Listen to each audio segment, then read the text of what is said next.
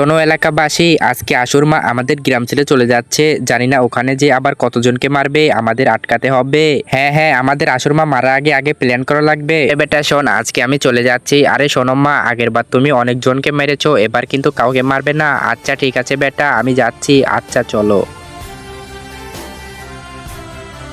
আরে মা তুমি এখানে দাঁড়াও, আমার ফোন বাড়িতে, আমি আসতেছি। আরে ওই দেখো শয়তানটা, ওকে ধরো সবাই। কেউ তো আমাকে বাঁচিয়ে নাও, আরে বাঁচাও। আরে বাপরে, কি আসো তো আবারও ভূত হয়ে গেছে, সবাই ভাগো। আরে সবাই তাড়াতাড়ি ভাগো ভাগো।